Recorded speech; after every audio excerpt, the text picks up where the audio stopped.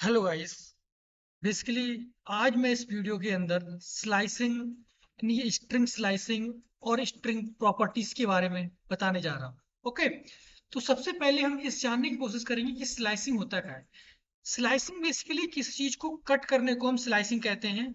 जैसे कि हम अपने घरों के अंदर पनीर को स्लाइस करते हैं टुकड़ों के अंदर। तो सेम एस्टिस यहाँ पर हम स्ट्रिंग जो आपका डेटा होता है टेक्स्ट के फॉर्म में उसको हम कैसे स्लाइस करते हैं। ठीक है, तो इसके अंदर सबसे पहले जानने की कोशिश आप ऐसे कीजिएगा। अगर मैं यहाँ पे चलूँ इस नोट पैड के अंदर, यहाँ पर देखिएगा कि स्लाइस करने के लिए अगर ये मैंने एक स्ट्रिंग ली my underscore sub equal to machine learning. Okay, और इसको मैंने इंडेक्सिंग भी कर रखी है। ये आपकी जो इंडेक्सिंग है यहाँ से इस साइड में, इसको बोलते हैं पॉजिटिव इंडेक्सिंग। पॉजिटिव इंडेक्सिंग और इसको बोलते हैं नेगेटिव इंडेक्सिंग। ओके, अगर मुझे मशीन लर्निंग को स्लाइस करना है तो हम कैसे स्लाइस करेंगे। तो सबसे पहले माई अंडरस्कोर सब, और इसका ये बेसिकली सिंटेक्स है S I for starting index, E I for ending index and S S for step size. Okay, starting index आपका इंक्लूड होता है, एंडिंग इंडेक्स आपका एक्सक्लूड होता है, और स्टेप साइज बेसिक ये डायरेक्शन डिपेंडेंट होता है कि आप किस डायरेक्शन में स्लाइस कर रहे हैं। प्लस अगर जो आपका प्लस स्टेप साइज होगा तो मतलब आप पॉजिटिव डायरेक्शन में इसको स्लाइस कर रहे हैं। अगर आपका नेगेटिव स्टेप होगा, नेगेटिव स्टेप साइज होगा तो आप नेगेटिव डायरेक्शन में स्लाइस कर रहे हैं। ओके, अब देखिए ये जो होते हैं बीच में दो बिंदु लगे ये बेसिकली कोलॉन होते हैं। जो पहले वाला कोलॉन होता है इसमें स्टार्टिंग इंडेक्स एस आई आपका लेफ्ट साइड में होता है, एंडिंग इंडेक्स राइट साइड में होता है। ओके, अगर बाई चांस मान लीजिए हम स्टार्टिंग इंडेक्स आपका सॉरी स्टेप साइज अगर आप नहीं लेते हैं तो आपका बाय डिफॉल्ट ये 1 होता है। अब चलिए इसको हम थोड़ा और थ्योरी भी देख लेते हैं। जैसे यहाँ पे लिखा है कि we can use colon to perform slicing which grab everything up to designated point. Means वो डेजिग्नेटेड पॉइंट तक आपका सब कुछ स्लाइस कर लेता है। स्टार्टिंग इंडेक्स जो लेफ्ट ऑफ कोलॉन होता है, एंडिंग इंडेक्स मतलब राइट ऑफ कोलॉन होता है। रिमेंबर कि located the right index is not included. जो एलिमेंट राइट इंडेक्स में कोलॉन के होता है means ending index is not included. Okay, तो मैं अगर पहली बार स्लाइसिंग करूं my underscore sub basically equal to machine learning, machine learning. Okay, machine learning अगर मैं इसकी स्लाइसिंग करूं just like as my underscore sub, अब मैं यहाँ पर स्क्वायर ब्रैकेट लिखूंगा। तो सबसे पहले मान ली मैंने 0 दे दिया, कोलॉन मान ली मैंने 14 दे दिया, कोलॉन मान लीजिए मैंने 1 दे दिया। अब देखिए जो जी है ना उसका कितना इंडेक्स है, 15 इंडेक्स है, और 14 आपका एन है। तो 0 आपका इंक्लूड होगा मीन्स एम पे जो एम का इंडेक्स जो है बेसिकली वो क्या है, 0 है। फिर 1 स्टेप साइज मतलब एम के बाद ए आ रहा है, ए के बाद सी आ रहा है, सी के बाद एच, एच के बाद आई, आई के बाद एन, ई, और इसके बाद यहाँ तक ये एन तक जाएगा। मीन्स एन आपको जो सेकंड जो जी के पास एन है इसका 14th इंडेक्स है, और आई जो है उसका 13 इंडेक्स है।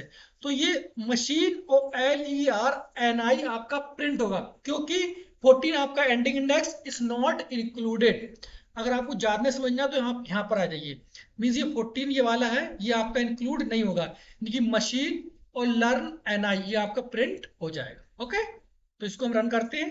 अब देखिए आपका ये रिजल्ट आ जाता है। ओके, मशीन लर्निंग अगर बाई चांस मान लीजिए मैं यहाँ पे माई अंडरस्कोर सब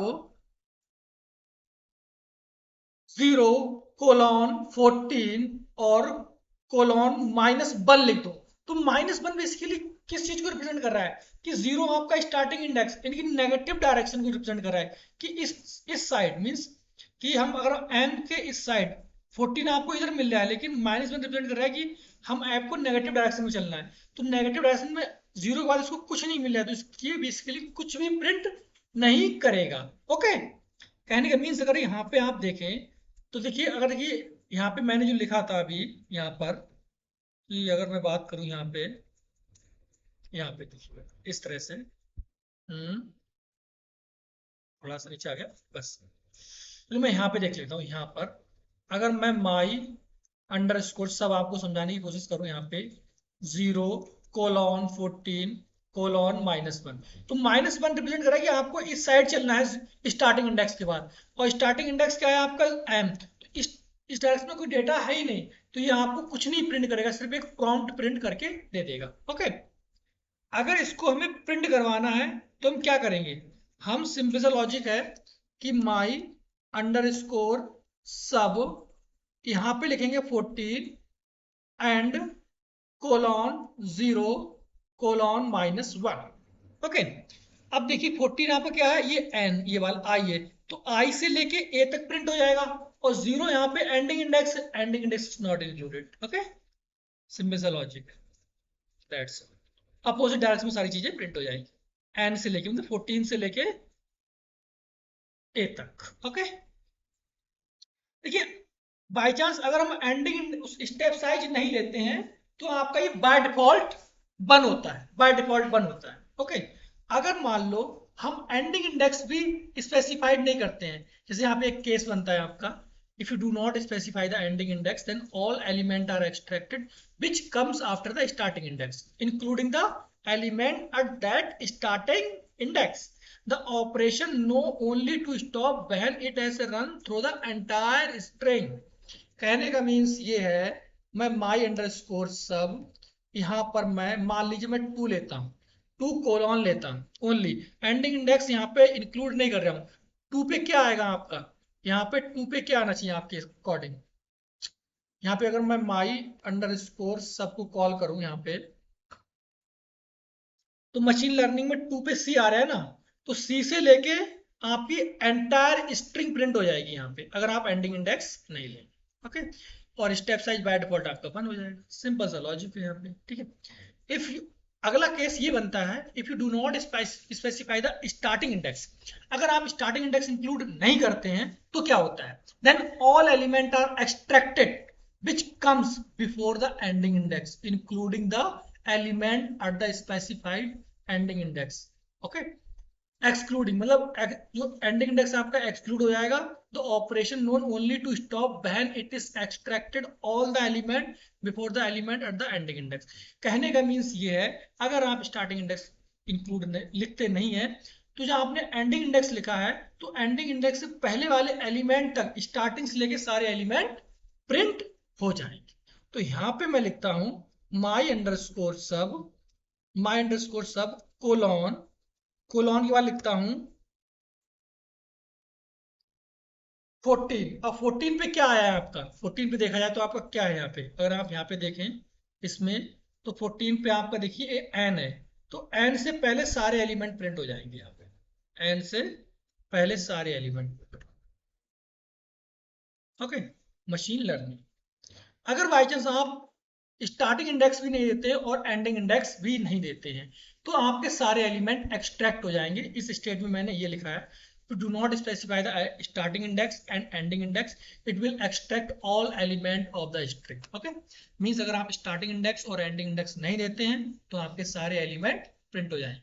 तो मैंने यहाँ पे लिखा माई अंडर स्कोर सब, और इसमें मैंने ओनली कोलॉन डाल दिया। ठीक है, ना तो स्टार्टिंग इंडेक्स दिया ना एंडिंग इंडेक्स दिया, आपकी एंटायर स्ट्रिंग प्रिंट हो जाएगी, कंप्लीट स्ट्रिंग। ओके, तो ये आपकी बेसिकली स्लाइसिंग हो गई। तो स्लाइसिंग बहुत ही सिंपल है। अब हम बात करते हैं स्ट्रिंग की प्रॉपर्टीज की। देखिए पहले इस पे जाने से पहले देखिए स्ट्रिंग की प्रॉपर्टीज बेसिकली दो होती हैं। पहली प्रॉपर्टीज जो होती है वो इम्यूटेबिलिटी होती है। इम्यूटेबिलिटी का मीन्स ये होता है स्ट्रिंग को अगर हम एक बार क्रिएट कर दें तो वो दोबारा उसके अंदर हम कुछ एडिशन या कुछ एलिमेंट ड्रॉप नहीं कर सकते हैं, इस चीज को हम इम्यूटेबिलिटी कहते हैं। ओके, यही सब बेसिकली मैंने यहाँ पे लिखा है कि this means once the string is created element within it cannot be changed. Okay, second properties होती है string concatenate, means we add the two string, हम दो string को add कर सकते हैं। तो पहली प्रॉपर्टी हम यहाँ पे देखते हैं कि आपकी मान लीजिए immutability, immutability, immutability। Okay, immutability क्या होती है, देखिए मान लीजिए मैंने my अंडरस्कोर string यहाँ पे मैंने प्रिंट किया हेलो, हेलो प्रिंट किया। ओके, अगर बाई चांस मैं हेलो की जगह जो एच है ना इस पे मैं सी असाइन करना चाहता हूं, अगर ये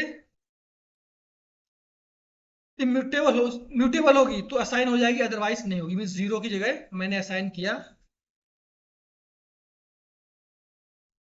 सी।